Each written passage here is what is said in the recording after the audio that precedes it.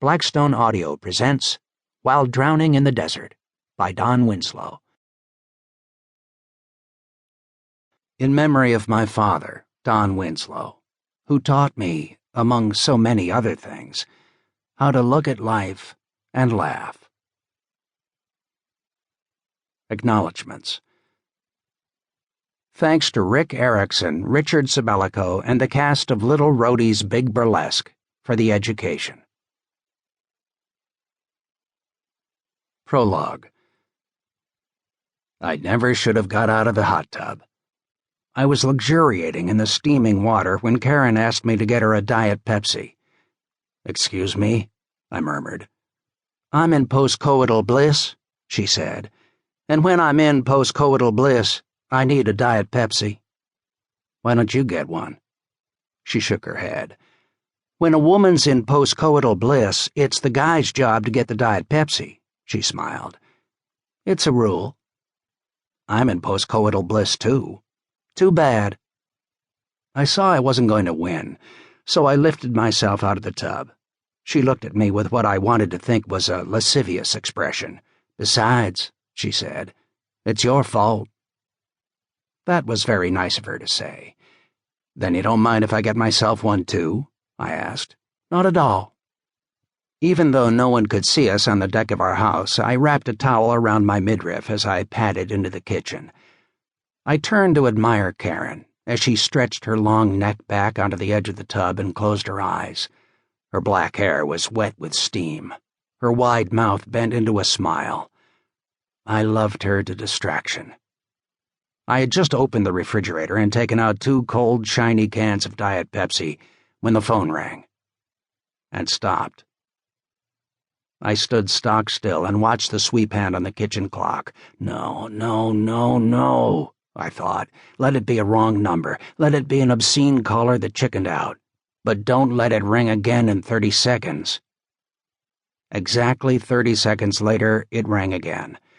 I snatched the receiver off the hook and snapped, "What?" I knew who it was. "Son!" Graham's mock cheerful voice pierced my eardrum. And it had been such a nice evening. "Hello, Dad," I moaned. Dad was not actually my father in the biological sense. We met when I was 12 years old and tried to pick his pocket in a bar. He pretty much raised me after that, even to the extent of teaching me a trade. The trade he taught me included such skills as breaking and entering, following people, stealing documents from offices, searching hotel rooms, and finding the lost, missing, and running. In short, he taught me how to be a private eye. Like him. "You don't sound happy to hear from me." I could picture him on the other end of the line, sitting in his immaculate Murray Hill apartment, his artificial right arm set at a kitchen table that Christian Barnard could operate on. I could imagine his cherubic little face, his thin, sandy hair greased straight back, and his aggravating, satanic grin. "Not exactly." I know, petulant and rude, but a phone call that starts in code is not going to be good news. The single ring and 30-second gap meant that this wasn't a social call, but business, and I didn't want to get back to business. Graham said, "My feelings are hurt." "Yeah, right." The Giants blowing the point spread with 12 seconds to play, that might hurt Graham's feelings. "How are the wedding plans coming?" he asked politely. Wedding plans? I thought in a moment of alarm. What was there to plan? I figured that everyone would show up at the Milkovsky Ranch and Karen and I would say the I-do's and that would be about it. Fine," I answered. "Have you registered your patterns?" Yeah. Registered? Patterns? "What about the honeymoon?" "In favor of it." "Great vacations don't just happen, you know," Graham said.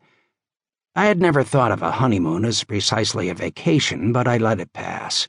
Instead, I said, "You didn't call me just to nag me about wedding plans." "No, that's just a bonus. We have a little job for you." "I thought I was on permanent disability," I said. Ed Levine, our mutual boss at Friends of the Family, had officially declared me mentally ill. I knew Ed didn't really think that I was actually crazy, just that I drove him nuts.